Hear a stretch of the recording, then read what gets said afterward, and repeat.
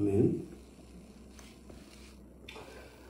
헌금은 예배 설교 끝 후에 진행하도록 하겠습니다. 제목을 읽습니다.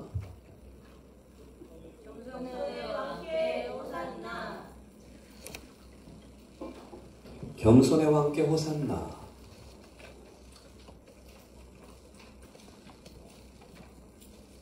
종료주일 영상을 좀 보도록 하겠습니다.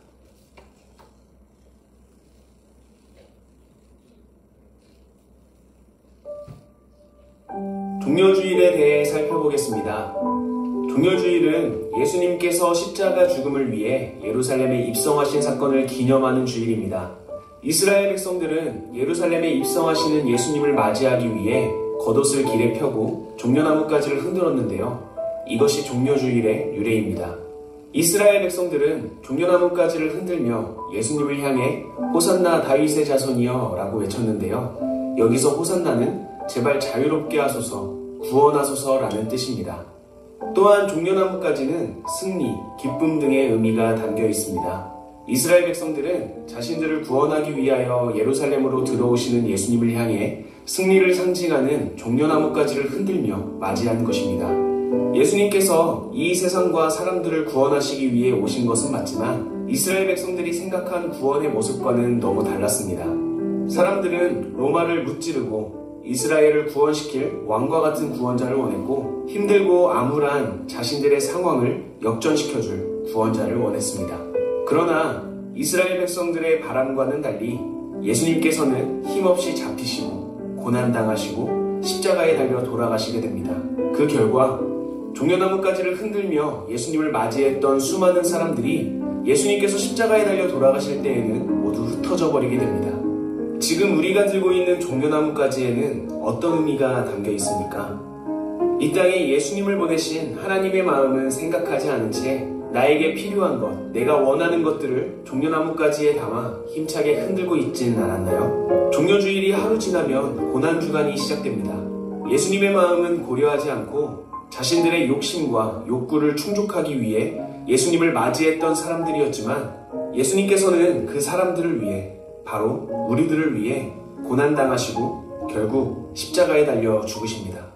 종료주일 그리고 고난주간을 통해 우리는 이기적이고 욕심 가득했던 자신의 모습을 돌아보며 회개하는 시간을 가져야 합니다. 또한 그런 우리들을 위해 낮고 낮은 모습으로 이 땅에 오셔서 자신의 모든 것을 쏟아내심으로 하나님과 우리 사이를 화목하게 해주신 예수 그리스도를 기억해야 합니다. 이러한 은혜가 가득한 종료주일이 되길 바랍니다. 종료주일의 위로와 어떠한 날인지에 대해서 여러분에게 짧게 동영상이 전해졌습니다. 종려가지를 흔들며 예수님이 예루살렘에 입성하실 때 예수님에게 호산나를 외쳤다. 그게 종료주일입니다. 아주 간단하게. 종려가지가 상징하는 의미가 있습니다. 무엇입니까? 저기 나왔었는데 여러분이 놓치셨습니까? 승리, 기쁨입니다. 그러니까 예수님이 예루살렘 입성할 때 사람들이 이렇게 종려가지를 막 흔들고 종려가지 이렇게 넓은 잎사귀에 여러분 좀 이따가 또 사진에 나오니까 그래서 예수님 맞이하면서 호산나 이제 구원하소서 라는 뜻이고 우리나라 용어로 바꾸면 만세 이런 뜻입니다. 예수님 만세 이런 뜻입니다. 오늘이 종료주일인 것을 아시고 오셨습니까? 네. 그렇다면 여러분들은 어떤 종료가지를 지금 가지고 오셨습니까? 종료주일날 두 가지 행동을 했잖아요. 종료가지만 흔들고 자신 옷을 깔고, 그렇죠? 종료가지를 흔드는 것은 승리와 기쁨의 상징. 내 옷을 깐 것은 뭐예요? 이 나의 존재를 드리는 그러한 행위였을 거다. 여러분은 종료주일날에 어떠한 종료가지를 들고 왔습니까? 혹시 들고는 왔습니까? 들고 와야 된다는 것을 알고 있습니까? 종려주의를 처음 드리는 분이 이 안에 없을 겁니다.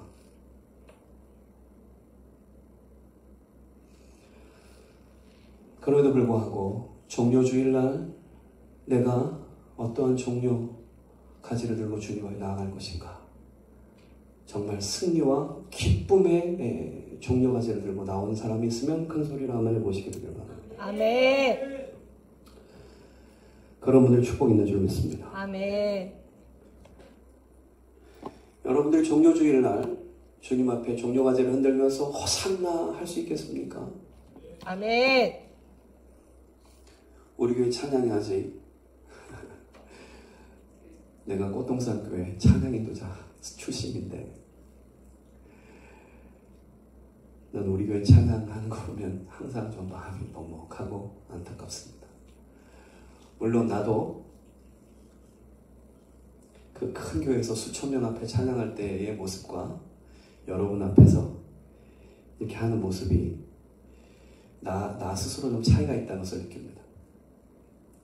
우리 교회 안에 주님의 찬양의 영광이 넘쳐는 날이 있어야 되는 줄 믿습니다. 아멘. 호산나 외칠 때 여러분들은 그 호산나가 감격의 외침이지 않습니까? 만세하는 건데 예수님 호산나 우리를 구원하소서 왕이시여 구원하소서 이런 거예요. 만세 이러는 거예요. 이 대한독립 만세라고 하는 말에 우리 민족은 굉장한 그 어떤 울림을 가지고 있어요. 그죠? 일제 치하에서 일제가 물러갈 때 만세했던 그 만세 이게 민족 정기, 민족적 흐름으로 와 있어요. 그죠? 곤상당들이 쳐들어와서 크게 싸움하고 서울 수복되면서 우리나라가 이렇게 서겨될 때 또 대한민국 만세 이렇게 굉장히 우리나라는 이 만세라는 느낌에 이 민족적으로 흐르는 어떠한 느낌이 있는데 저는 이것이 그 예루살렘 입성할 때 그때 유대인들이 예수님한테 했던 그 외침 그 정서랑 같은 것이 아닌가. 감격의 온도가 있습니다. 여러분들은 오늘 이 종려 예배를 참여하면서 호산나를 외치는 한번 호산나 해보세요. 시작. 호산나! 쉽게 되는 사람이 있고 전혀 안 되는 사람이 있어요. 그죠? 전혀 안 되시는 분들은 분발하세요. 분발해서 됐으면 좋겠습니다만 성령이 은혜 주시기를 바랍니다. 아멘. 그럼 은혜를 간구하세요. 호산나나 아멘이나 할렐루야나 입에서 안 나오는 사람이 있어요. 여러분 인생이 불쌍하다는 것을 인식하셔야 합니다. 그 말을 할 줄 모르면 불쌍해요. 왜? 하나님 백성들이 할 수 있는 감격의 그 소리가 안 나온다는 것은 여러분 마음이 뭘로 차 있다는 거예요. 한많은 이 세상이잖아요. 그죠? 피곤하고 힘든 이 세상이잖아요. 그죠? 그거만 할 거예요. 평생 예수 믿고 호산나 하세요. 아멘.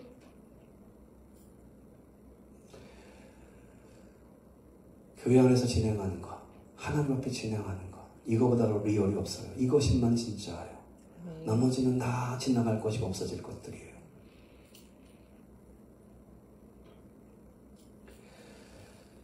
이 종려주일, 그래서 여러분들에게 분명하게 다시 한번 이 목사가 내가 왜 신학박사까지 왜 했겠어요? 내가 학위 따서 자랑하려고? 왜 그렇게 오랜 시간 공부하겠어요? 지금도 왜 공부하겠어요? 제대로 된 걸 가르치려고. 아멘. 응? 제대로 된 거. 진짜. 왜냐하면 너무 이 세상이 이 말세로 다가가기 때문에 너무 혼탁해요. 이 말 저 말 이 말 저 말. 나도 목사인데 나도 막 헷갈려요.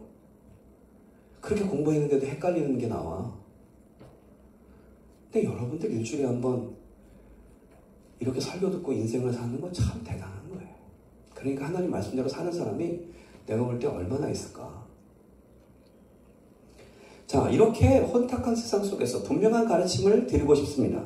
그것이 바로 뭐냐 하면 기독교의 절기라고 하는 것은 너무 중요하기 때문에 정해놓은 날이에요. 이 절기를 지키지 않는다는 것은 기독교인이 아니라고 말하는 겁니다. 다른 말로 하면 절기를 지키는 자가 기독교인이에요. 목사님 그런 게 어디 있어요? 그런 게 어디 있냐고요? 자, 우리나라 대한민국 사람이면 설을 지킵니까? 안 지킵니까? 지키죠. 대한민국 사람 설 안 지키는 사람 있어요? 추석 안 지키는 사람 있어요? 물론 개인적 사정에 의해서 설날에 부모님 집도 못 가고 추석날에 추석 음식도 못 하고 그럴 수는 있어요. 하지만 대한민국 사람이면 이거 설이구나, 추석이구나 이런 거 생각하고 설은 이거고 추석은 이거고 그런 거 생각하는 게 당연해요? 부자연스러워요? 그렇죠. 기독교 안에서 절기, 우리 교회는 절기를 그렇게 따지는 교회는 아니지만 그러나 분명한 절기는 지켜야 한다. 가장 중요한 절기가 어디다? 종려주일부터 해서 고난주간과 부활주일.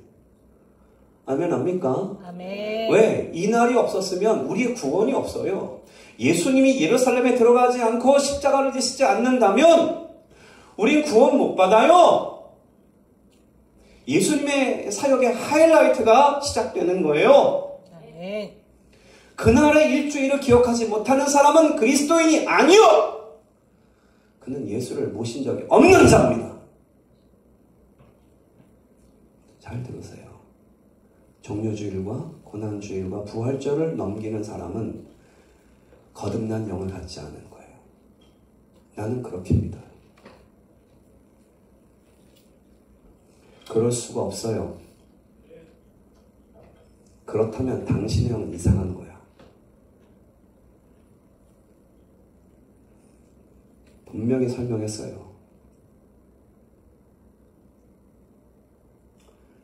절기를 무시하는 것은 결코 진정한 그리스도인, 거듭난 그리스도인을 할 수가 없어요. 특별히 예수님의 고난과 부활에 관련된 절기를 무시한다는 것은 이 사람은 구원받지 못했다는 것을 드러낸다. 나는 그렇게 생각해요. 왜냐하면 생각해보세요. 이렇게 평화시기에 고난주간, 부활절 이것도 생각하지 않고 사는 사람이 앞으로 말세에 적그리스도가 나타나고 예배를 드리지 말라, 교회 다니지 말라, 다 죽여버린다 할 때 하겠어요? 나는 그래서 대교회를 포기한 거예요. 말세 가지고 눈앞에 왔는데 AI가 로봇들이 이제 다 나와가지고 이 세상이 어떻게 바뀔지 모르는 세상에 그냥 믿는 것도 아니고 안 믿는 것도 아니고 그 신앙 가지고 천국 가겠어요? 생각해보세요. 목사는 교회를 부흥시켜서 나 잘난 거 보여주는 게 목사가 아니잖아요. 난 옛날에 그런 것도 꿈꿨어요. 큰 교회에서 대단한 사람이라고 칭찬받고 싶었어요. 근데 그게 얼마나 오만한 생각이에요. 예수님은 겸손의 왕이세요. 우리는 예수님 그 겸손을 배워야 돼요. 아멘. 종료주일날 이거 배우시게 되기를 축복합니다. 아멘.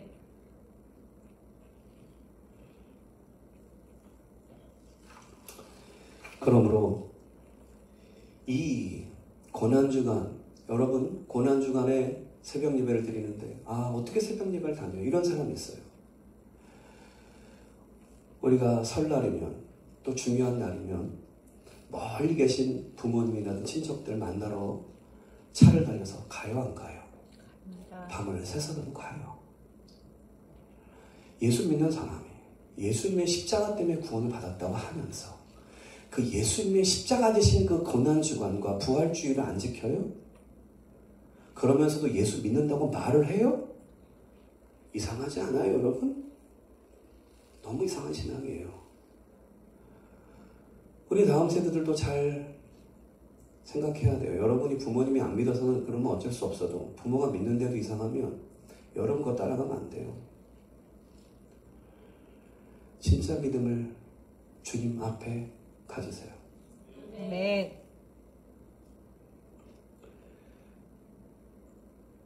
그러므로 고난주간 특별 새벽 예배는 예수 믿는 사람이면 힘들어 하는 날이 아니고 이 기회다 기회. 내가 예수님 십자가에 감사할 기회. 예수님의 고난에 동참할 기회. 내가 사랑하는 예수님 만날 기회라고 생각하고 오시는 게 맞아요. 아멘. 그 사람이 종료주일날 승리의 종료까지 흔든 사람이지. 종료주일 나오고 고난주간 푹 쉬고 부활주일 나와서 생명 주세요? 말이 안 되잖아요. 말이 안 돼서 내가, 왜냐면 그 전까지는 다 해줬어요. 난 다 구원받고 다 잘나지고 다 부자 되라고 기도했어요. 이제는 그렇게 안 해요. 네 믿음대로 되라. 네 행함의 은혜를 먹어라. 예수를 왕으로 섬기세요. 예수는 우리 종이 아니에요. 아멘. 왕으로 섬기라고 아멘 합니다. 근데 말을 안 들어. 결정을 자기 뜻대로 해. 왕의 뜻대로 해드려야 될 텐데. 그 신앙생활을 축복합니다. 아멘.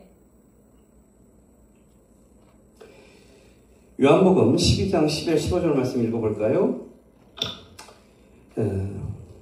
이게 이 예수님이 예루살렘에 들어가시는 장면은 사복음서에 다 기록되어 있기 때문에 너무나 중요하니까 모든 서신에 다 기록된 거예요. 모든 복음서에, 그죠? 사실은 요한복음은 마태, 마가, 누가랑 좀 다르게 다른 표현들이 많이 나는데 이 기록은 써놨어요.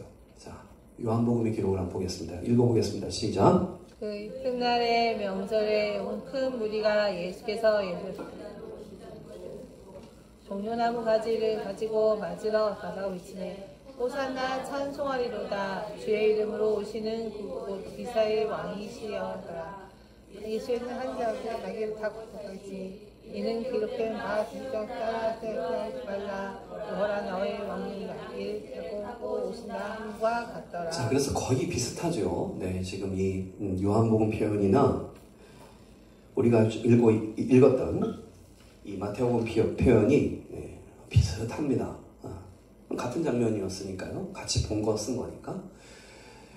요한복음 12장 2절, 12절 말씀에 이튿날에는 명절에 온 무리가 명절에 온 큰 무리가 이렇게 표현되어 있어요. 예수께서 예루살렘으로 오신다는 것을 듣고 이렇게 되어 있어요. 명절에, 이게 명절이 무슨 명절이냐면 유대인들에게 가장 큰 명절은, 절기는 6월절이었어요. 그래서 6월절 명절입니다. 그러니까 이때가 사람들이 가장 많을 때예요. 예루살렘에. 예수님이 이때 예루살렘 입성하시는 장면이 이제 종료주일의 그 역사적 그림입니다.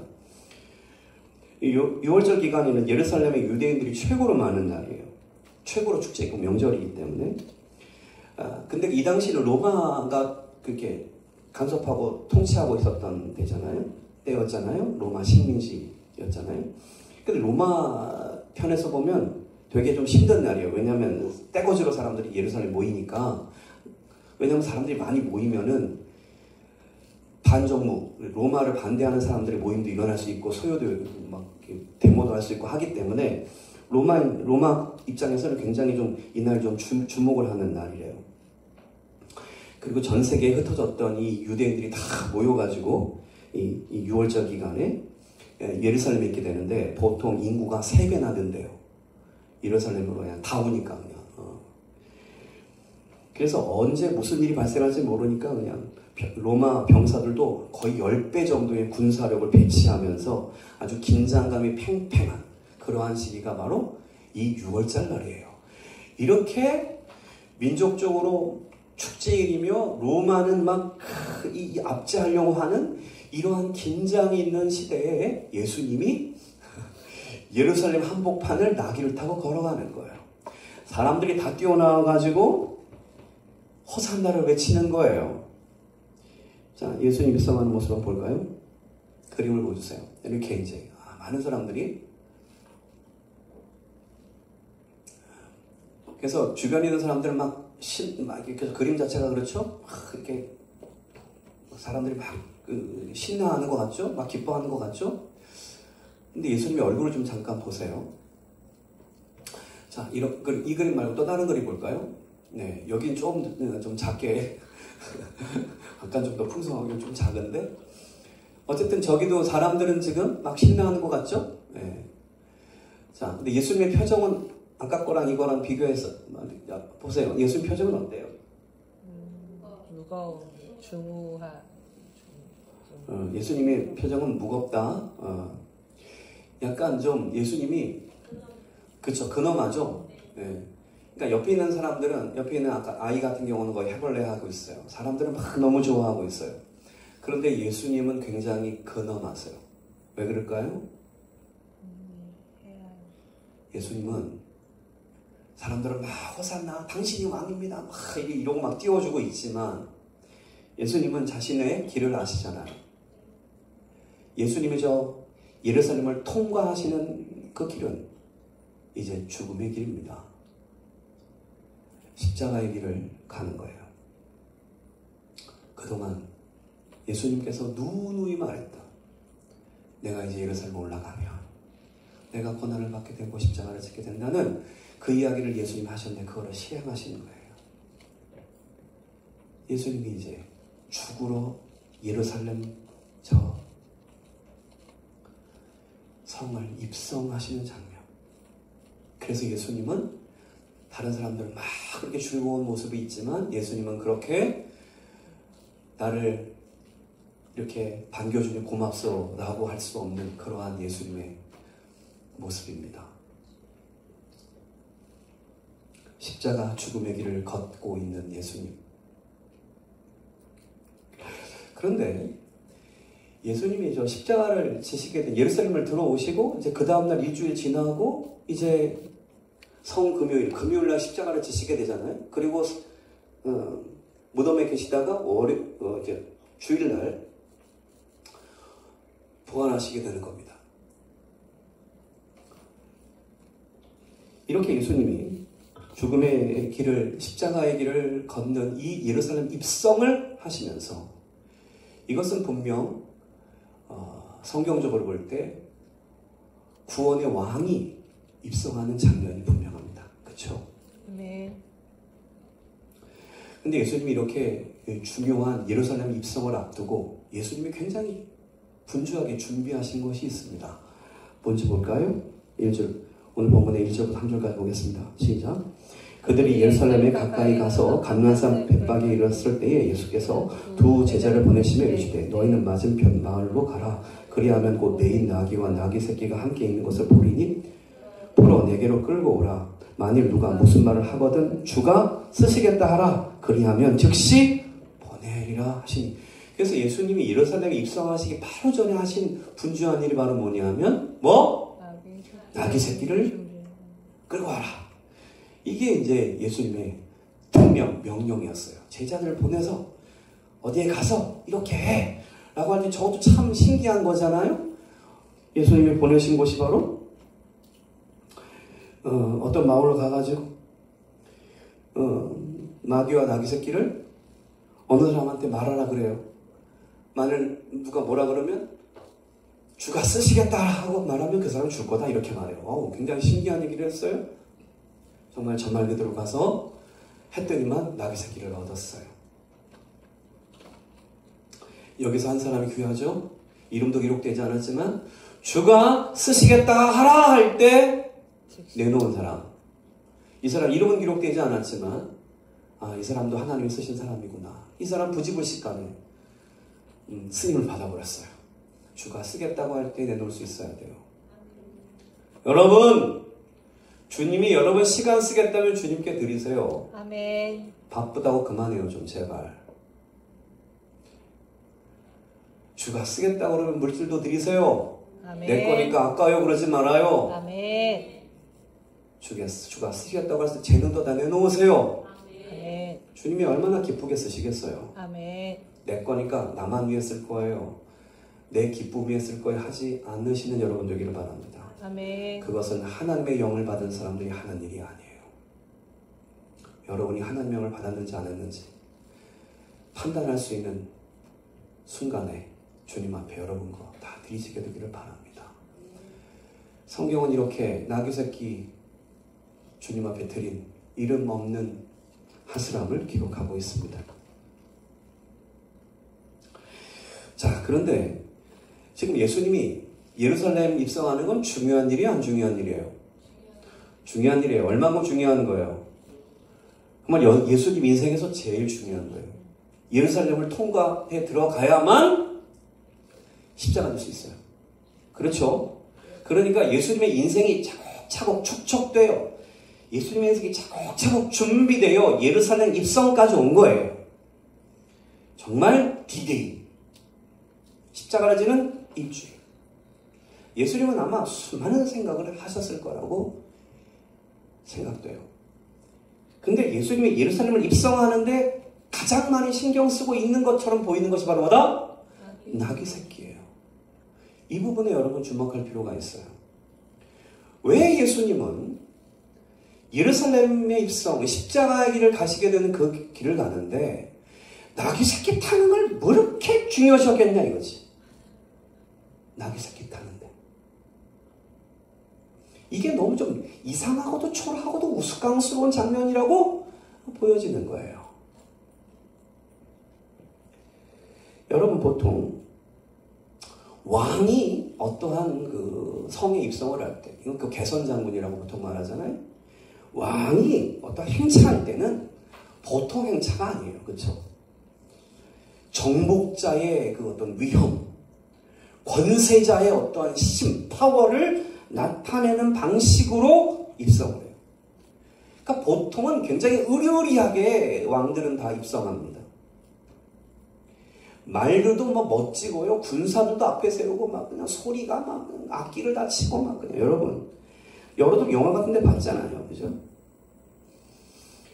그렇게 왕의 입성은 의리의리합니다.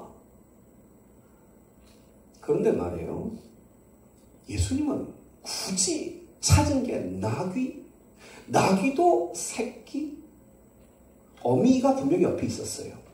근데 어미 나귀 타지 않아요. 나귀 새끼였어요. 이상해요? 안 이상해요? 이상해요. 우리 삼촌이 기억을 하시잖아요. 근데 회사를 하시는데 그 삼촌이 어느 날 차를 바꿨다고 제가 우리 아버님한테 들었어요. 차를 바꿨는데 왜 차를 바꿨냐면 우리 삼촌이 이제 CEO니까 이제 CEO의 어떤 회의라든가 그런 어떤 그 자리에 이제 가게 되는 거예요. 근데 호텔 같은 데 가잖아요. 여러분도 다 아시겠지만 호텔 같은 데 가면 이렇게 이제 뭘 보고 사람들이 안내를 하냐면 그 앞에서 서 있는 사람들이 뭘 보고? 차. 차. 그래서 무슨 급 이상이 돼야지 이게 거의 회장들이 타는 거니까. 근데 우리 삼촌이 그 전까지는 그런 거 신경을 많이 안 썼던 것 같아요. 가보니까 홀대라도 그렇게 홀대를 할 수가 없더래. 차가 급이 안 되니까. 그래가지고 삼촌이 차를 바꿨어. 급이 되게. 이게 세상이에요. 그쵸? 그러면 예루살렘 입성하려고 그러면 좀 뽀대가 나야 돼요. 초라해야 돼요. 예수님은 세상 방식으로 하지 않으신다는 거예요. 신기하게도 초라하고 우스꽝스러운 나귀 새끼를 타겠다는 거예요. 내가 그래가지고 한번 찾아봤어요. 작년도에 찰스 3세가 이제 영국 국왕이 되는 장면에서 찰스 3세의 대관식을 좀 봤어요. 대관식 한번 그림 보여주세요. 저 정도는 돼야 되는 거 아니야? 저 정도. 왕이 행차하는데 말이야. 저 정도는 돼야 되는 거 아니야? 기미와 병들고 막 그냥. 자, 그 다음 사진. 정말 백마. 주로 개선장군들은 백마를 탑니다, 여러분. 백마. 황금마차. 동화에 나오는 거. 또 보여주세요. 모인 군중들을 봐라. 와, 그만 꽉 차가지고 그냥. 그 다음 보여주세요. 저 이제 저 마차죠. 황금 마차 말이에요. 네. 하나 더 보여주세요. 아니 5번.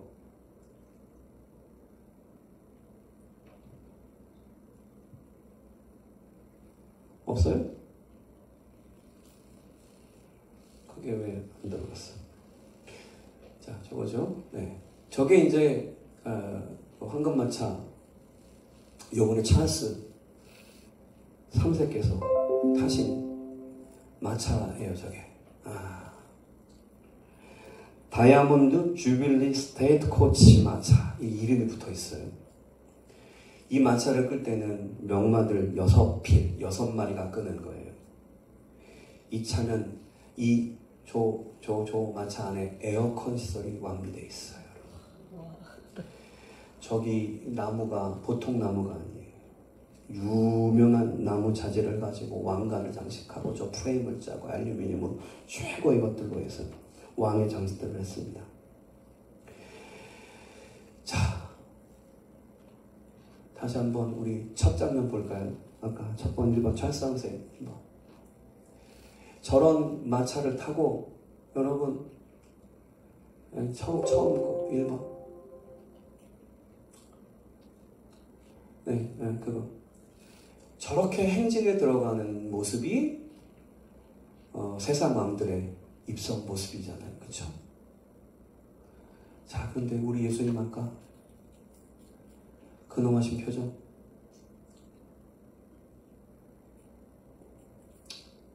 이게 예수님 모습이에요. 저기는 나귀가 좀 하얀색이네. 자, 여러분 내가 무엇을 지금 보여드리려고 지금 이렇게 하고 있습니까? 예수님이 구원자로 인류의 메시아로 예루살렘 입성하시는 장면과 세상 왕들의 장면, 예수님의 장면이 초라해 보여요? 안 초라해 보여요? 너무 초라하죠? 그걸 설명하려고 그러는 거예요. 만왕의 왕 구원자 하나님의 아들 예수가 인류를 구원하고 나를 구원하는 예루살렘을 입성할 때 예수님이 가장 남루하고도 초라하고도 우스꽝 모습으로 나가시는데 그게 나귀를 타는, 그것도 나귀 새끼를 타는, 그것도 빌려온 나귀 새끼를 타는, 그 나귀 새끼 하나 살 돈이 없는 거야 뭐야 이렇게 생각되시잖아요. 여러분 우리가 믿는 예수님을 정확한 눈으로 봐요. 저 모습이 도대체 왜 연출이 되는가 말이에요. 오늘은 그래서 제목이 뭐예요? 겸손의 왕, 그분에게 호산나. 할렐루야.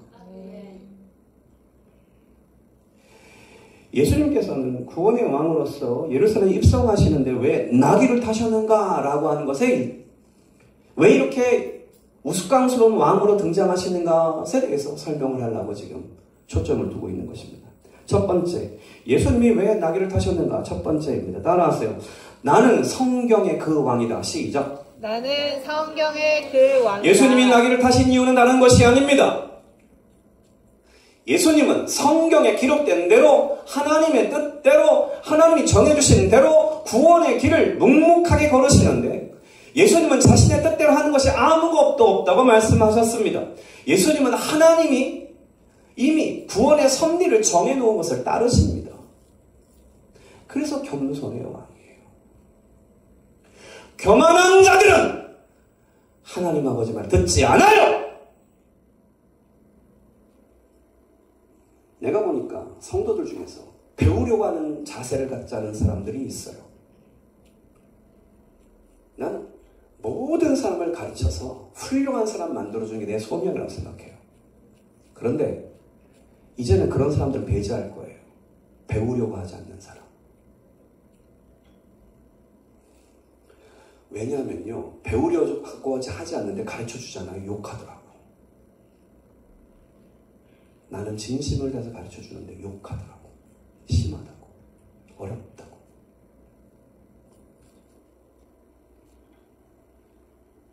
그리고 배우지도 않아. 그리고 더 나빠져 사람이. 왜? 목사를 오해해버리니까 완전히 교회 바깥으로 나가. 이상한 사람 되더라고. 그래서 이제 내가 자제하기로 했어요. 배우라고 하지 않으면 가르쳐줄 수가 없어요. 그래서 예수님은 제자 되라 그러는 거예요. 따라하세요. 제자 되라. 제자 되라.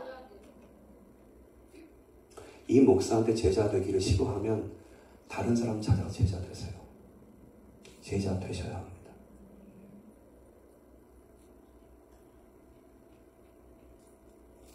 예수님은 왜 나귀를 타시는가 하면은 하나님이 성경에 이미 기록해놨어요. 그렇게 하라고.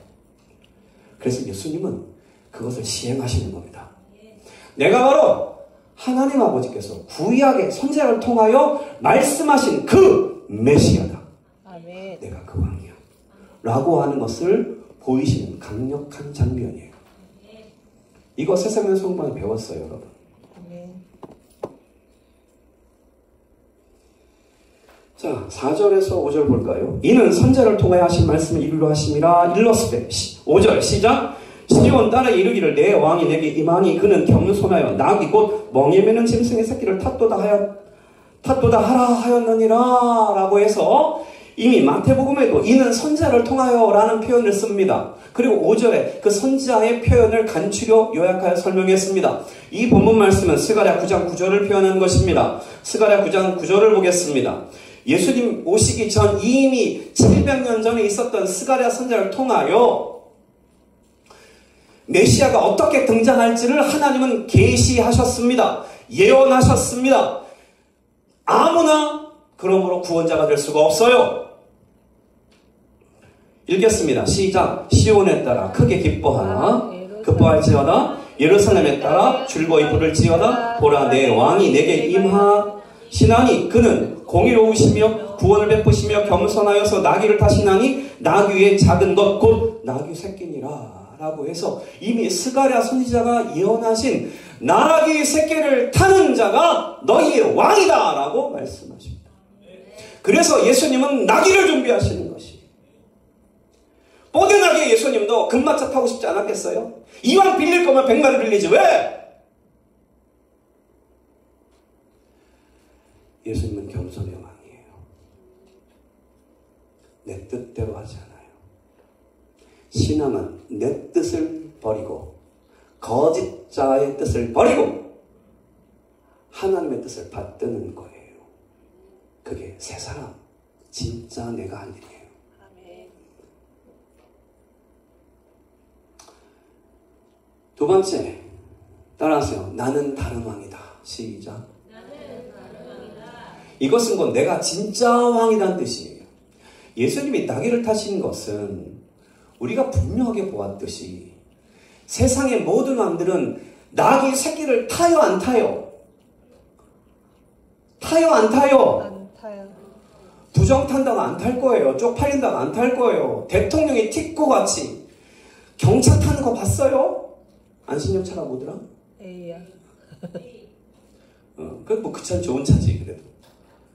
정말 그냥 옛날에 티코 여러분 알아요? 경차 시작할 때. 정말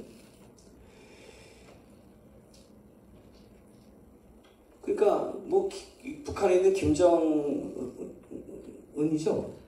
그 차도 막 방탄이 되고 막 별의별 막 그냥 세계에서 막 한 대밖에 없고 막 그런 거잖아요. 어? 그 북한같이 그냥 쓰러져가는 나라의 대장도 세계에서 한 대밖에 없는 거 타고 다녀. 몇십억인지 몇 백억인지 몰라. 근데 왕이 그런 거 타야지. 왜 티코를 타? 왜 나귀 새끼를 타냐고.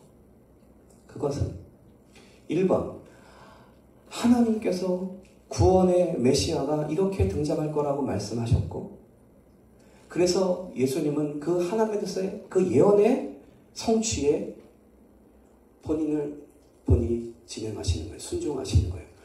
그리고 그러면 왜 예수님은 나귀 새끼를 타는 왕인가? 라고 할 때 그것은 세상 왕들과의 차이. 세상 왕이 아니라는 거예요.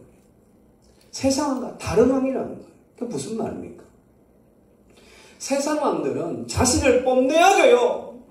자기가 신도 아닌데 신이라고 말하고요. 자기가 아무것도 아닌 인간인데 대단한 존재라고 말하고, 그것을 드러내기 위해서 황금으로 치장하고 군사로 여러 가지 행사로 자신을 드러냅니다. 결국 그렇게 해서 내가 대단해! 내가 너희랑 달라! 이걸 보여줘서 그 왕들은 뭐랍니까? 압제와 착취를 했던 것이 인류 역사의 왕이라는 자들이 한 행위입니다. 왕들은 다 악인이에요. 왜? 다른 사람을 죽이지 않고는 왕이 될 수가 없어요. 그게 왕들의 역사예요. 한 명도 안 죽이고 왕에 오른 사람이 있어요? 왕들은 다 악인이에요. 세상 왕은 사탄이고 사탄이 쓰는 자들이 세상 왕들이에요. 그게 인류 역사예요. 그래서 힘없는 백성들은 그 왕 때문에 엄청 고생을 하는 거예요. 진시황이 그 뭐예요? 말리장성 쌓는다고 사람들을 얼마나 모아가지고 그거 했을까요? 여러분, 우리나라에 무슨 건물이 있다 그런 거는 다 이렇게 평민들 다 갖다가 거기다가 노역시켜서 만들어진 거예요. 와, 대단하다. 무슨 왕의 업적이에요. 무슨 왕의 업적이에요. 백성들의 눈물이지. 마치 로마 황제도 마찬가지. 그 당시 로마 황제, 압제와 전쟁과 힘과 칼로서 세상을 통치하고 다스리는 압제자들, 착취자들. 그런데 예수님은 나는 그런 왕이 아니야. 나는 그런 왕이 아니야. 라는 것을 보여줍니다. 나귀는 짐을 싣고 다니잖아요. 예수님은 세상 우리 모두의 죄의 짐을 짊어지고 예루살렘을 나아가시는 평화의 왕, 겸손의 왕, 우리를 구원하시는 구원의 왕이십니다. 아멘.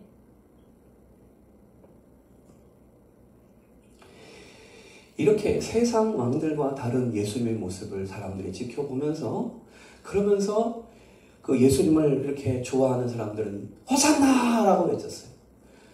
제발 우리 좀 구해주세요. 왜냐하면 예수님이 엄청난 기적을 행하면서 오셨기 때문에.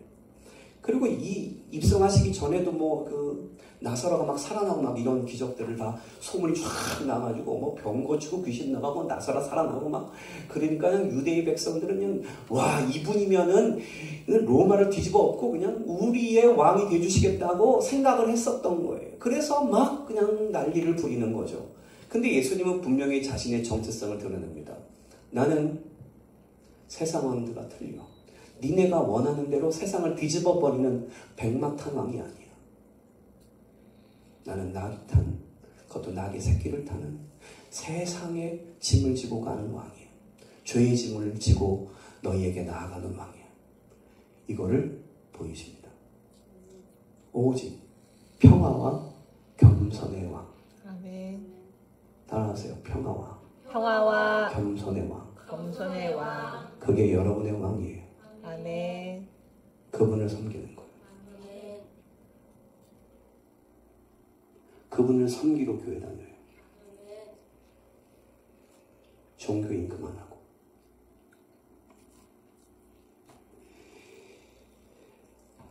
셋째는 따라하세요. 나는 겸손의 왕이다. 나는 겸손의 왕이다. 이미 이 스가랴 예언에 나와 있는 대로 겸손하여서 나귀를 타시나니 라는 표현, 그죠? 예수님은 겸손의 왕이에요.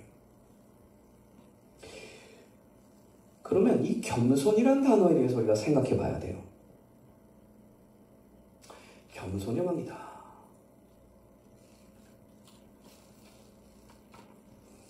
일반 사전에 보면 겸손이라는 단어가 나와 있어요. 여러분, 겸손이라고 하는 걸 상식적으로 대답해 보세요. 무슨 뜻입니까? 사전에 보니까 이렇게 써 있었어요. 남을 존중하고 자기를 낮추는 태도, 이렇게. 보통 우리가 상식적으로 알고 있는 저 사람 참 겸손한 사람이야 라고 말할 때, 혹은 야, 좀 겸손해봐 라고 말할 때, 그 겸손이라고 하는 말은 사전적 의미에서는 상대방을 존중하고 자신을 낮추는 이런 행동을 할 때 아, 참 겸손하구나 이렇게 말합니다. 맞죠? 네.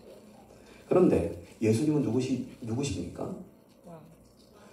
예수님은 하나님의 아들입니다. 하나님의 아들이 그러면 겸손해야 될 대상이 누구일까요? 사람한테 겸손하셔야 됩니까? 하나님께 겸손하셔야 됩니까? 하나님. 이미 용어 자체가 누구한테 쓰여져야 될까요? 하나님. 예수님이 사람한테 겸손하다는 표현을 쓰는 건 좀 이상하죠. 그렇죠? 예수님은 하나님인데 왕인데 누구한테 겸손해? 백성한테? 물론 다른 왕들과는 다른 태도가 그 겸손의 모습이지만 1차적 의미는 하나님 앞에 겸손하는 표현일 거예요. 그렇죠?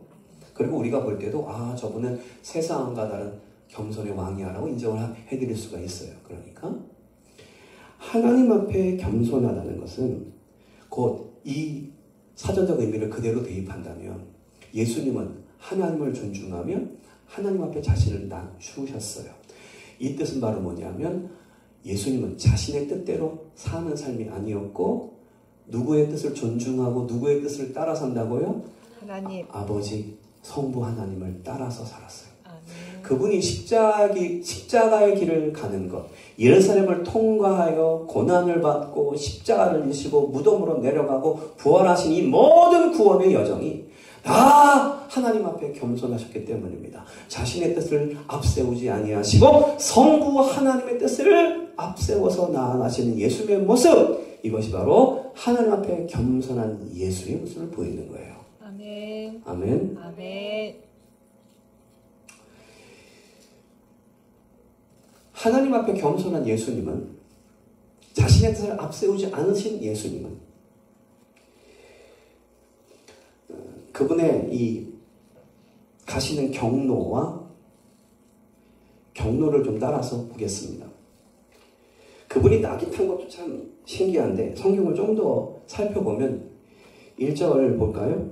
그들이 예루살렘에 가까이 가서 읽어요. 시작. 감난산 밧백에 이르렀을 때에 예수께서 두 제자를 보내시며 이렇게 되어 있어요. 그러니까 예수님이 지금 예루살렘을 들어가시기 전에, 예루살렘 입성하시기 전에 나귀를 구하시는 장면 속에서 예수님이 어디를 거쳐서 예루살렘에 입성하시냐 하면 감난산과 벳바게를 거쳐서 예루살렘으로 들어가시는 거예요. 그러니까 이 지명에 대해서 연구를 좀 해야죠. 그러니까 예수님이 예루살렘에 들어가시는 그 경로를 분석해 보는 거예요. 이것도 참 이상하다는 거예요. 무슨 말이냐?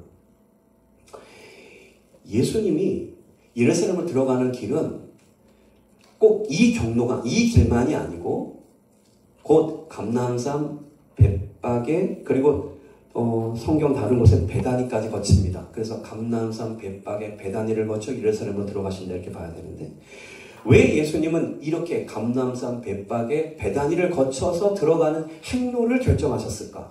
이 행로는 보통 왕이 가는 길이 아니에요.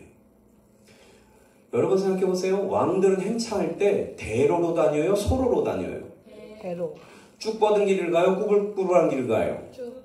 뻔하죠? 근데 예수님은 이상하게 왕의 대로로 가는 게 아니고 꾸불꾸불하고 이상한 동네로만 가요. 왜 그러셨을까요? 나귀를 탄 장면도 참 신기한데 가시는 길도 신기한 거예요.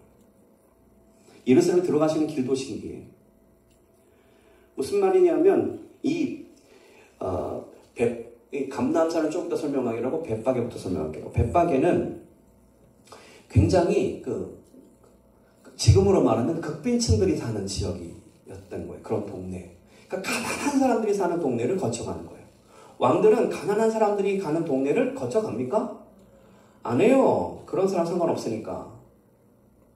그러니까 그런 사람은 그러니까 그런 동네 안 가요. 근데 예수님은 일부러 그 길을 가는 거예요. 감난산, 벳바게, 가난한 사람들. 베다니는 뭐냐면 저기는 문둥병자들이 있었던 데예요. 문둥병자 마을. 그러니까 가장 가난한 동네, 가장 병든 사람들이 사는 곳을 일부러 거쳐서 예루살렘으로 들어가신다는 거예요. 이것은 일반 왕들이 하는 방식이 아니었어요. 이것은 굉장한 예수님의 길에 대한 사인이죠. 상징이죠. 예수님은 누구를 구원하러 왔어요? 가장 가난한 사람, 가장 병든 사람들, 곧 죄인. 여러분들이 이야기하면 이런 얘기하면 좀 오해하는 사람들이 있어요. 가난한 사람 보니까 돈 없는 사람을 가난한 사람이다. 물론 돈이 없죠. 몸도 아프니까 그렇죠. 그러나 저것은 영적인 상징이에요. 여러분은 돈이 없어 가난한 것이 아니고 믿음이 없어 가난한 거예요. 깨달으세요. 아멘. 하나님의 사람은 이 경지, 이 초월적 경지를 압니다. 인식할 수 있어요. 내가 돈이 없어 이래. 내가 집이 없어 이래. 그건 하나님의 사람의 한정이가 아니에요. 하나님의 사람은 돈이 없어 가난해지지 않아요. 예수가 있으면 모든 것을 부유하다고 말씀하셨어요. 예수가 있으면 다 있는 거예요. 아멘. 따라서 예수가 있으면 다 있는 것이다. 다 있는 것이다. 예수가 없음이 가난이요. 우리 집은 돈이 없어 가난해. 아니! 예수가 없어 가난해. 우리 집 뭐 때문에 안 돼? 아니! 예수 없어 안 되는 거예요. 교회 와서 이걸 배웠는데도 불구하고 귀를 딱 닫고 안 듣지. 살아봐. 이것이 깨달아지는 자가 그리스도인이에요. 주님이 그걸 깨닫게 만들어. 아멘. 반드시. 당신이 하나의 사람을 분명하다면 아니면 그냥 가시겠죠. 그래서 혹시라도 내 인생의 문제를 통하여 예수님을 만날 기회가 생겼다면, 예수님의 무릎 꿇을 기회가 생겼다면 당신은 복의 사람인 것이에요. 아멘. 이 말을 알아듣는 자가 하나님의 사람이에요. 아멘. 예수님은 이렇게 예루살렘을 가시는 길도 이렇게 일반 왕들이 가는 길이 아닌 정말 구원자로서 가시는 길. 예수님은 사실은 가만 보면 낙이만 빌린 게 아니에요. 예수님 보면은 태어날 때부터 여광이 없으니까 그래서 말구에 들어갔대잖아요. 사실은 예수님은 첫날부터 남의 구유에 누워 계셨어요. 남이 아니구나. 말구이니까 남말. 짐승 구유를 빌려서 거기에 누우셨던 거예요. 온 우주를 창조하신 하나님이 누울 자리가 없어서 그것도 짐승한테 빌려서 거기에 누워 계신다는 장면. 이게 성탄절이야, 이게. 응? 그리고 예수님은 복음을 전할 때도요, 베드로 배를 빌려서 복음 전하잖아요. 배도 빌리고, 또 예수님은 나귀도 빌리고, 그리고 예수님은 다락방도 있잖아요. 그죠? 예수님이 그 다락방, 만찬을 하시는 그 다락방도 사실은 뭐 예수님 건가요? 다 빌린 거지. 거기다가 예수님 무덤까지 빌려요. 무덤까지. 아리마대 요셉 무덤 대신 거기 들어가시죠. 예수님 게 아무것도 없어. 여러분, 예수님은 자기 것 주장하지 않아요. 예수님은 모든 걸 다 포기했어요. 하나님 앞에. 오직 구원자로서만 사시는 거예요. 근데 우리는 예수를 이용해서 좋은 구유를 얻고, 예수를 이용해서 좋은 배, 좋은 차, 좋은 아파트, 예수를 이용해서 그러고 싶어하는 자들이 예수를 따른다라고 착각을 하고 있어요. 그래서 예수님 오실 때 종려가지 흔들면서 호산나 하던 그들이 곧 고난주간 지나면서 예수 십자가 질 때 예수를 죽여버리라고 얘기하는 자로 바뀌는 거예요. 여러분 중에도 그런 사람이 있을 수 있어요. 이제 이 재림 말세가 됐을 때 분명히 마태복음 24장에 나오잖아요. 누군가는 저 사람 예수 믿어요 라고 말하는 사람이 생긴다고. 이제 잡아가라고. 고발하는 사람이 생긴다고. 배신자, 배도자가 일어나다 성경이 말해요. 아무도 안전하지 않아요. 오직 오늘 종료주의를 통과하시는 겸손의 왕 앞에 온전한 호산나를 외칠 수 있는 자만 살아남을 거예요. 아멘. 이걸 설교 듣고 지나가는 사람은 가장 불쌍한 사람이 될 거예요. 고린도후서 8장 9절 말씀에 보면 이렇게 되어 있어요. 우리 주 예수 그리스도의 은혜를 너희가 알거니와 부요하신 이로써 너희를 위하여 가난하게 되심은 그의 가난함으로 말미암아 너희를 부요하게 하려 하십니다. 그러니까 예수님이 이렇게 가난하게 된 이유가 뭐래요? 우리를 부요하게 하신다는 거예요. 이것은 분명히 물질의 부요도 있을 것인데 더 중요한 건 영적인 부요예요. 아멘. 계속 말하지만 여러분은 돈이 없어 가난하거나 실력이 없어 못난 사람이 되지 않아요. 예수가 없어 가난해지고 예수가 없어 무능해지는 거예요. 아멘 합니까? 아멘. 예수로 충만해지고 예수로 강해지세요. 아멘. 그게 가능하다고 성경은 말하고 우리 교회는 그거를 보여주는 핫사람들이 나타나야 하고 공부를 하든 뭐를 하든 직장을 들어가든 애를 낳든 결혼을 하든 예수로 가장 부유하고 성공한 사람 되세요. 아멘. 그리고 이제 강조하고 싶은 것이 바로 감람산입니다. 사실은 감람산이 굉장히 중요합니다. 저 감람산은 감람산을 거쳐서 가시지만 결국은 다시 감람산에 오십니다. 예수님이. 무슨 뜻이냐면 감람산은 예수님이 항상 쉬고 기도하는 장소예요. 교회 와서 기도하는 분들은 크게 회개하시고 예수님 닮아서 교회를 감람산으로 여겨서 겟세마네 저 자리에 앉으시게 되기를 바랍니다. 아멘. 세상 천지는 다 돌아다니는데 교회를 오지 않는다? 여러분의 건강에 아깝지 않게 하세요. 이 감람산은 어떤 곳이냐 하면은 예수님의 십자가가 출발되는 곳이다. 무슨 뜻이냐 하면 예수님의 십자가의 죽음 곧 예수님이 이제 입성하시고 고난인의 기간을 진행하시면서 붙잡히시기 바로 전날에 예수님이 어디 갔습니까? 어디 갔어요? 겟세마네 동산 갔어요. 겟세마네 갔는데 그 겟세마네 동산 안에 감람산 안에 겟세마네 동산이 있어요. 겟세마네 기도 마치고 예수님을 끌어가잖아요. 그러니까 예수님이 십자가의 죽음으로 출발하는 장소가 어디냐? 감람산이에요. 겟세마네. 그리고 예수님이 제자들을 싹 다시 모아가지고 왕의 선언을 하잖아요. 마태복음 18장 18, 19, 20절에 세상 제자 삼으라 말씀하시는 그 말씀을 하시고 승천하시는 장면이 나타나잖아요. 그게 어디예요? 승천과 재림을 약속한 장소가 감람산이에요. 사도행전 1장 11절 말씀 볼까요? 이르되 갈릴리 사람들아 어찌하여 서서 하늘을 쳐다보느냐? 너희 가운데서 하늘로 올라가신 이 예수는 하늘로 가심을 본 그대로 오시리라 하였느니라 해서 사도행전 1장 예수님이 승천하시는 모습이 나오잖아요. 그리고 그때 천사가 저렇게 말하잖아요.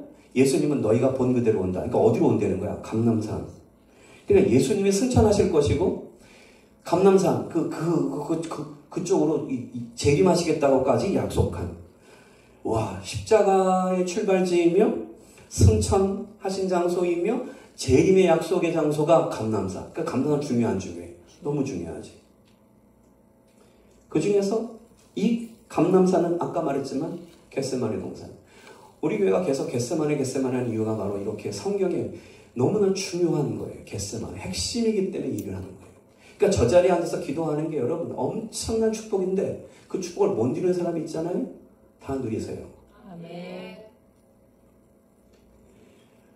아프면 병원도 가고 힘들면 어디도 가고 뭐 놀러도 가고 이쪽 다 가잖아요. 왜 겟세마네 안 들어와요? 왜 겟세마네 기도를 짧게 해요? 겟세마네 동산은 겟세마네란 말이 뭐예요? 기름 짜는 틀이라는 뜻이에요. 그곳은 감람산 기슭의 올리브나무로 사방에 둘러싸인 아주 좀 이렇게 한적한 고립된 그런 장소래요. 여기서 예수님은 여기 겟세마네 뜻이 뭐라고요? 기름 짜는 틀, 이렇게 기름을 쭉쭉 짜잖아요. 그런 것처럼 어느 목사님 그래 보니까 예수님이 물과 피, 그죠?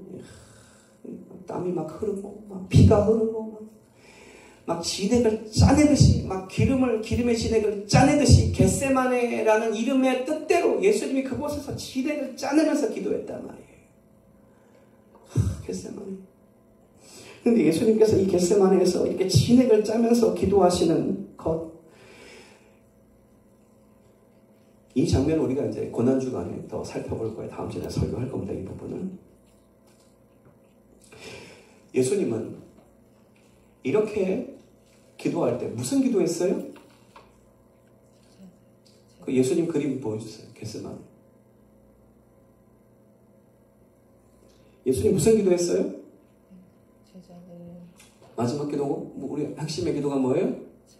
아버지요, 내 뜻대로 하지 마옵시고 아버지의 뜻대로 하시옵소서. 이거죠. 그러니까 신앙은 어디를 처음부터 끝까지 사실 이거예요. 여기에 도달하는 거예요. 하나님 아버지의 뜻을 따라서 그 뜻을 정하고 그 하나님 아버지의 뜻에 내 뜻을 정하고 예수님도 비행기를 타요. 그래서 예수님도 하나님 아버지의 뜻을 비전 삼아 인생을 사셨고 하나님 아버지의 뜻대로 순종하는 행함을 했으며 예수님도 하나님 아버지의 뜻을 행하기 위해서 어려울 때마다 기도하셨어요. 그러므로 하나님의 사람은 비행기를 타야 돼요. 하스람 전용 비행기. 하나님의 뜻에 내 뜻을 맞추고 비전 삼고 사명 삼아 살아가야 하며 하나님 말씀에 무조건 순종하는 삶을 살아가야 하며 힘들고 어려운 날이 오죠. 그러니까 성령께 간구하여 능력받는 기도를 해야 된다는 것이에요. 이거를 촉적 쌓고 쌓으면 어떻게 된다? 그리 아니하실지라도 신앙에 도달한다. 아멘.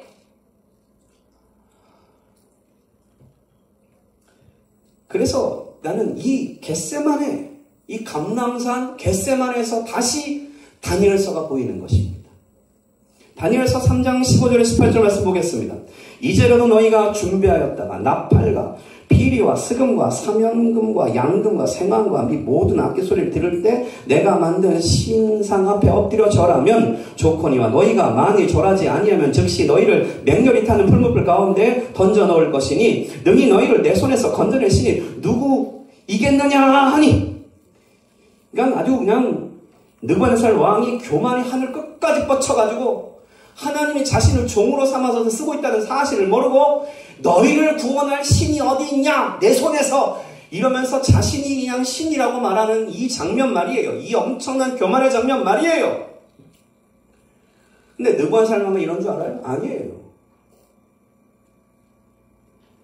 고난주간에도 자신의 뜻대로 살겠다고 결심한 여러분, 느부갓네살이랑 다를 게 아무것도 없어요.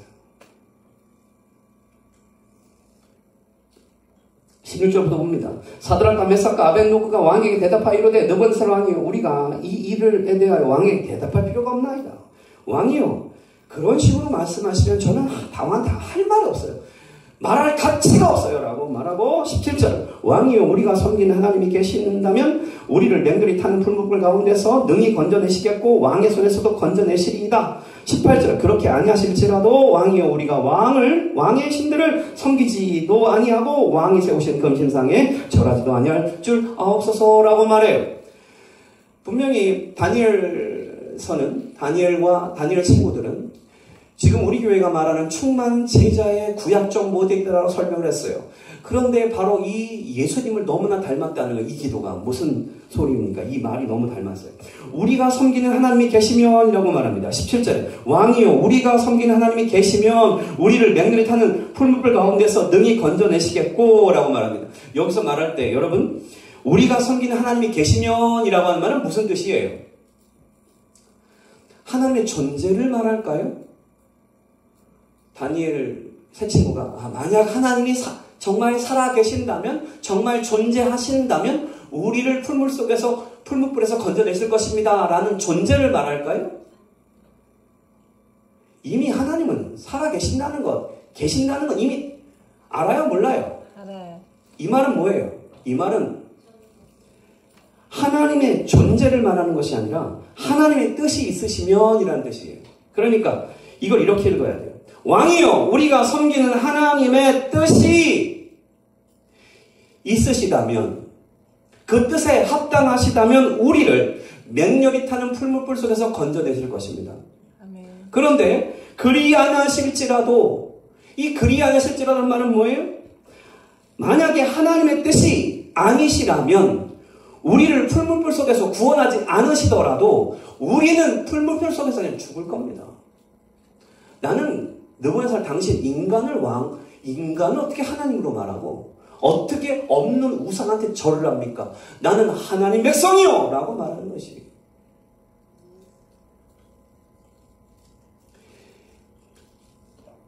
그래서 이 다니엘의 새 친구가 하는 이 고백은 딱 무슨 뜻이에요? 하나님이 계시면, 하나님의 뜻이 있으시면, 그리 안 하실지라도 하나님의 뜻이 만약에 아니시라면, 그러니까 뭐예요? 주 뜻대로 하옵소서예요. 이것이 무엇과 통해? 겟세마네 기도랑 똑같은 거예요. 이해가 돼?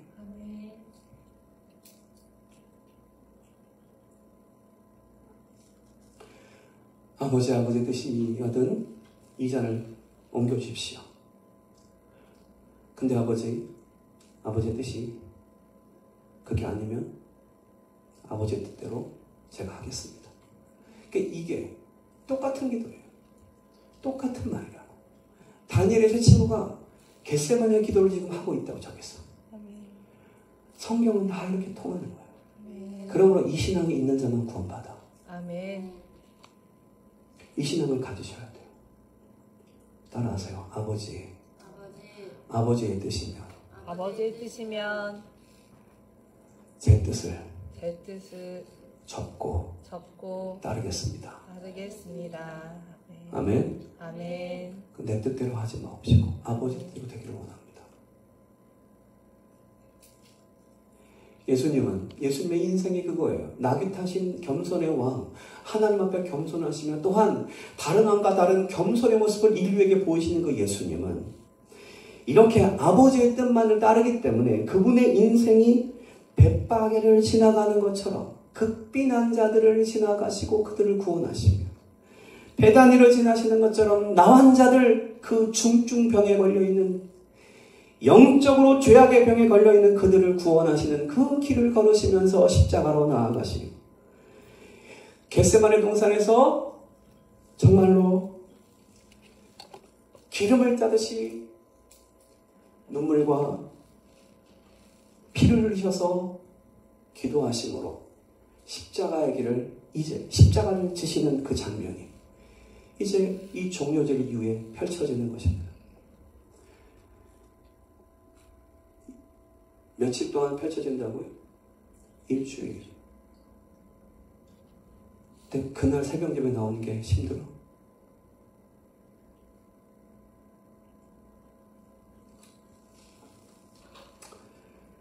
힘드신 분이 계시겠죠.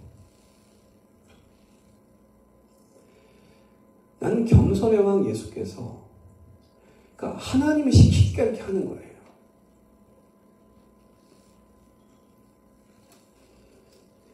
곧 예수님의 겸손은 무엇과 연결되느냐? 따라하세요. 자기 부인.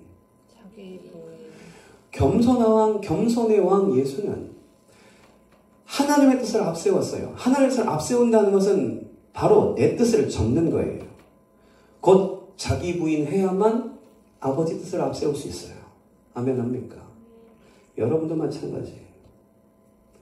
자기 뜻을 앞세우는 그 고집과 교만을 내려놓으셔야 하나님이 쓰십니다.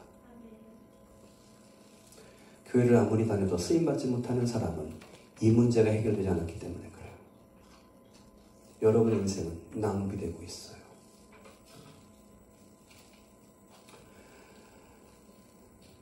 예화를 좀 들어보겠습니다. 잔느 귀용의 이야기입니다. 잔느 귀용은 저런 분이고 한데 굉장히 귀족 집안에서 아주 예쁘게 잘하신 분인데 16살에부터 시련이 시작됩니다. 16살에 결혼을 했는데 22살 연상인 귀족과 결혼을 했는데 와 그럼 22살이 몇 살이야? 38살이라 하네. 16살이나 완전 주여. 따라합시다. 결혼 잘하자. 되게 중요한 얘기예요. 지금도 우리 다음 세대들은 기도하세요. 결혼 잘하도록. 하나님의 사람 만나게 해주세요. 아멘 해야 된다.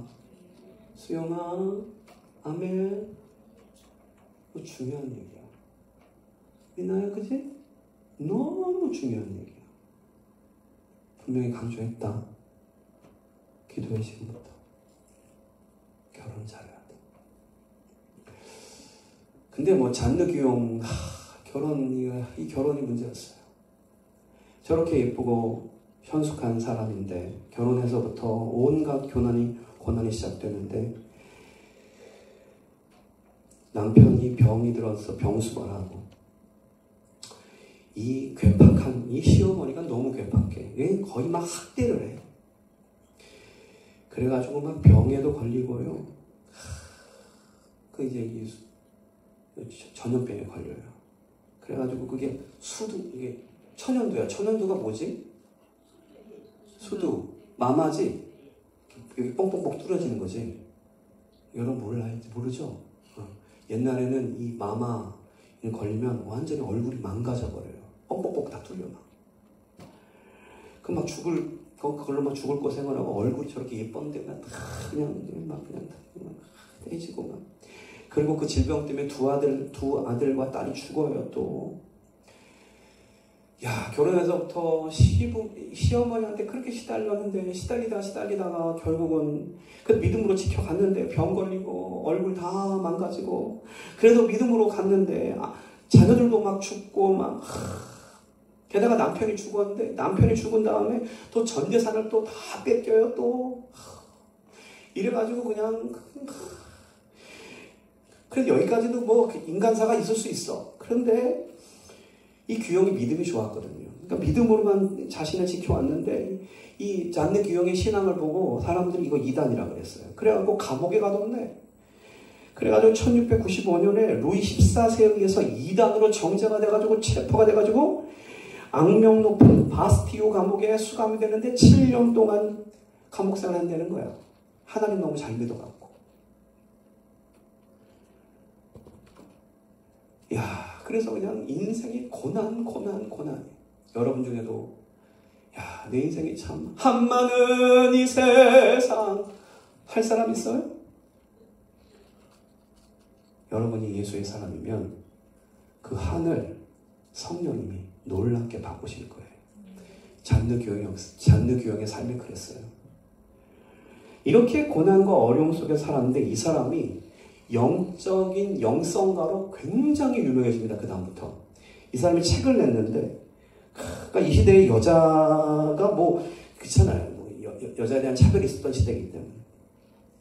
근데 잔느귀용의 책에서 이런 구절입니다. 그 기도의 방법이라는 책, 예술설 깊이 체험하기라고 하는 그런 책이 있었는데 그 책을 냈는데 거기에 자기 폭이라고 하는 단어를 탁 말하는데 이게 모든 영성가들이 깜짝 놀라죠. 이야, 대단한 영성가다. 한번 보여주세요. 읽어볼까요? 저 구절입니다. 시작.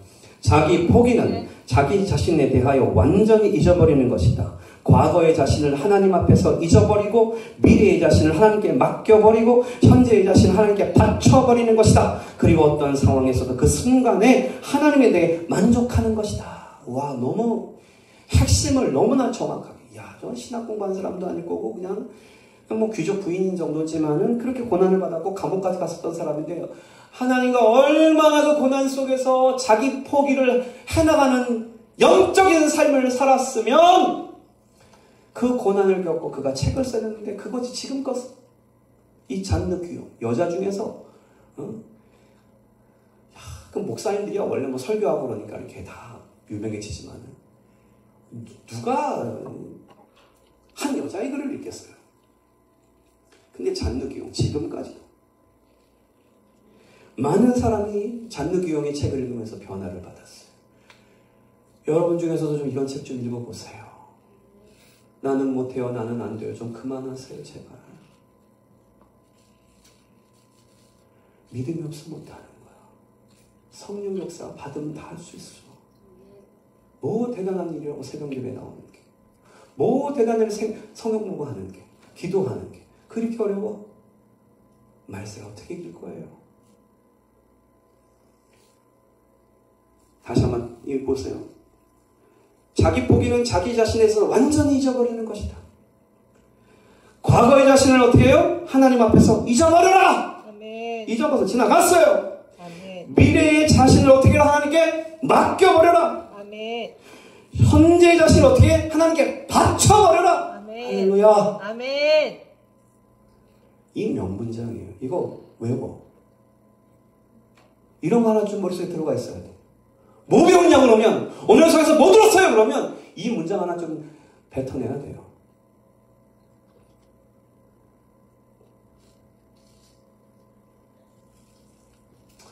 예수님은 겸손의 왕이십니다. 그래서 가는 경로가 험해도 가셨고, 타는 낙이 새끼일지라도 그걸 타셨고, 아버지의 뜻대로 하시옵소서. 자신을 철저하게 포기하신 겸손의 왕. 그 예수님이 나의 왕이고 우리의 왕입니다. 이런 분들의 신앙 따라서 구약에서도 이미 사드락과 메삭과 아벳노고는 말했어요. 그리 아니실지라도 하나님의 뜻이 아니면 나는 죽겠습니다. 그리 아니실지라도 기도가 왜 어렵냐 하면, 나부터도요 그 기도를 하려고 그러면 어려워요. 왜? 혹시 안 해주면 어떡해? 진짜 이 기도인데 안 해주면 어떡하지? 안 해주면 어떡하지 하나님이? 근데 그것까지 수용할 수 있는 믿음이 생겨야 돼. 하나님이 더 좋은 것으로 내 인생에 함께 하신다. 아멘. 아멘. 그리 아니실지라도 나는 주님의 뜻을 믿는다는 거예요.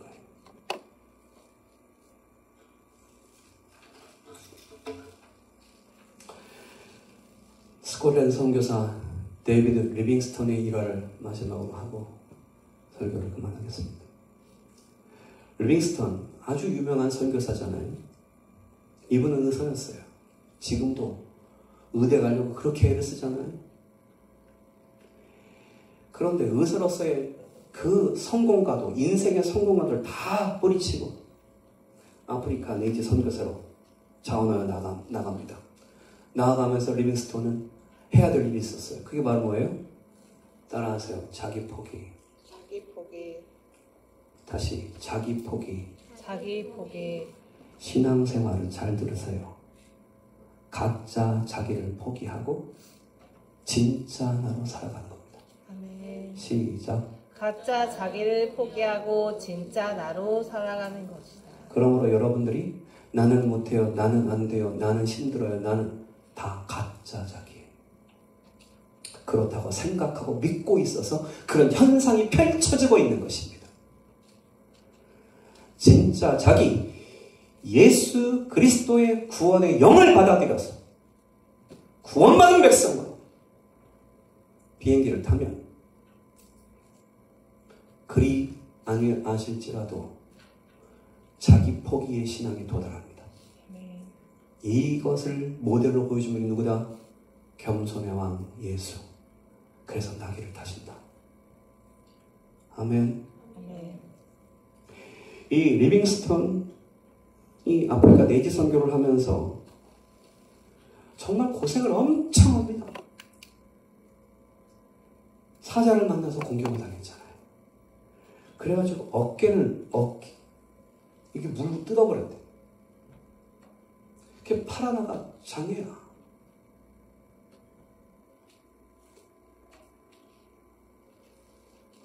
그의 집은 전쟁 때문에 그냥 다 풍지박산 났대요. 선교하는 동안 병이 얼마나 걸렸는지 몰라요. 이질, 설사, 각양, 질병 이것 때문에 몇 해를 고생하기도 했다는 것입니다.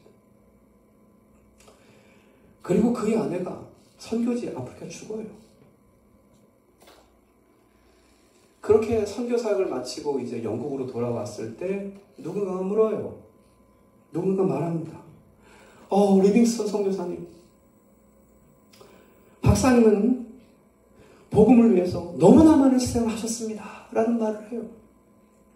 그랬더니 이 하나님의 사람 리빙스턴이 이렇게 말합니다. 희생이요? 가장 큰 희생은 하나님의 뜻 밖에서 사는 것입니다. 무슨 말인지 알아들어요? 미나 알아들었어요 지금? 무슨 뜻이에요 이거? 효나, 문혜력 말을 못 알아듣는 사람이 있어. 무슨 말을 해주면 말을 못 알아들어. 자, 우리 친구들 이거 알아들어야 돼요. 리빙스턴, 당신은 복음을 위해서 너무나 많은 걸 희생했습니다 라고 누군가 리빙스턴을 치켜세우는 말을 하니까 리빙스턴이 하는 말이 있어요. 희생이라고요. 가장 큰 희생은 하나님 뜻 밖에 사는 거예요 라고 말했어요. 이게 무슨 말이에요 이게? 다 부반장, 반장 되신 여러분 분발해서 말해보세요. 이게 무슨 뜻이에요? 대답 안 하면 넘어갈 수가 없어. 못 알아들었잖아.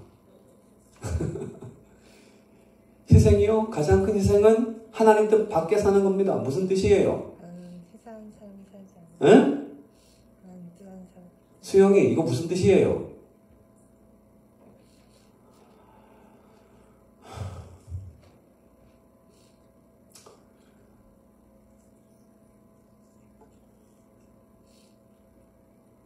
하나님 앞에 우리가 뭔가를 희생한다고요?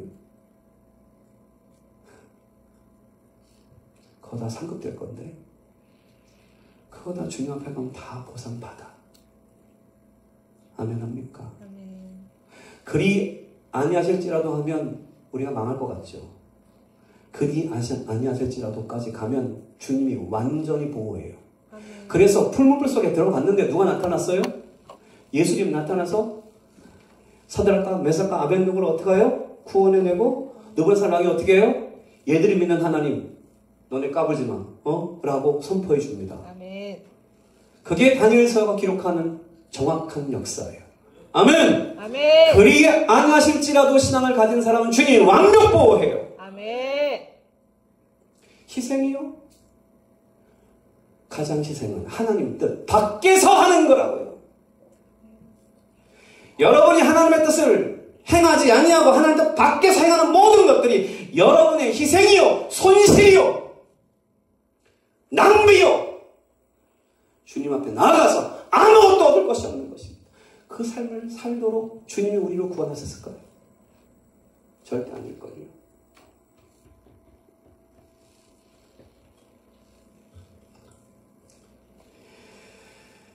종료주일, 나귀탄 겸손의 왕 예수께서 예루살렘으로 진격해 들어오는 날, 여러분, 예수님의 이 구원의 사역, 특별히 나를 위해서 예수님이 십자가를 지시고 고난당하시고 하시는 장면을 떠올리시고 그것에 대한 묵상이 일어나는 하나님의 사람 되기를 축복합니다. 그것이 없는 자는 주님의 영을 받은 자가 아니에요. 예수 영을 받았으면 고난 주간에 잠만 펄펄 자거나 세상 일에 바쁠 수가 없습니다. 그 일을 포기하자는 것이 아니라 더 중요한 일을 하자는 것입니다. 아멘. 알아들으세요. 아멘. 왜냐하면 종료주일날 왕을 맞이하며 호산나를 외치지 못한다면 그것보다 더 큰 희생, 손실이 우리 인생에 있겠습니까? 예수께서 고난당하시는 고난주간에 예수의 고난에 동참하는 신앙을 배우지 못한 그 사람, 그것이 인생의 가장 손실이 되지 않겠습니까? 주님은 이걸 기억하셔야 돼요. 풀무불을 제거해 주는 분이 아니고 인생의 고난을 제거하는 분이 아니고 우리의 고난에 들어와버리는 분이에요. 아멘. 그러니까 예수를 경험하려면 풀무 속에 들어가야 경험하는 것이에요. 아멘. 여러분들이 주님을 아무리 찾아도 주님이 대답하지 않는 것처럼 보이죠. 주님이 안 나타나시고 주님이 경험이 안 되죠. 왜? 주님 말씀을 하지 않기 때문에.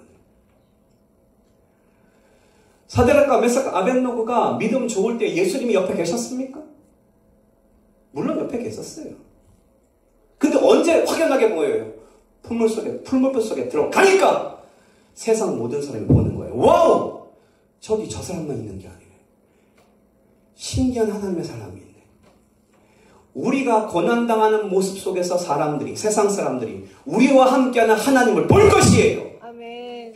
돈 없다고, 심 없다고, 백 없다고 인생 종치지 말아요, 제발. 거기에 하나님이 계세요. 세상 사람이 보게 되는 거예요. 너 정말 하나님과 함께 하는구나. 너 정말 하나님과 함께 하는구나. 그걸 보여줘야 돼요. 그거 하려고 주님이 우리를 십자가에 달리셔서 그 물과 피를 쏟아내시고 구원해 내시는 건데, 주님이 이렇게 허락한 생명과 구원을 가치 없게 낭비하며 사시겠습니까?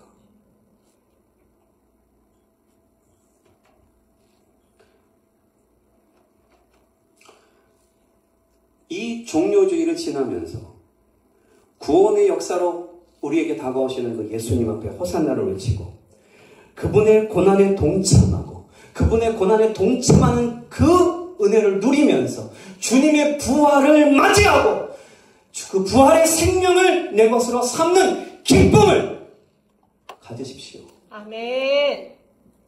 그것을 못한다면 당신은 가장 큰 희생을 경험하시게 될 것입니다. 가장 큰 손실을 경험하게 될 것입니다. 요번에 못하면 내년에 하지 뭐. 내년이 왔으면 좋겠습니다. 올 거야, 내년. 가장 큰 희생은 주님의 고난에 동참하지 않음으로써 주님의 부활에 동참할 수 없게 되는 사람이 있을까 해서 이 말씀을 전합니다.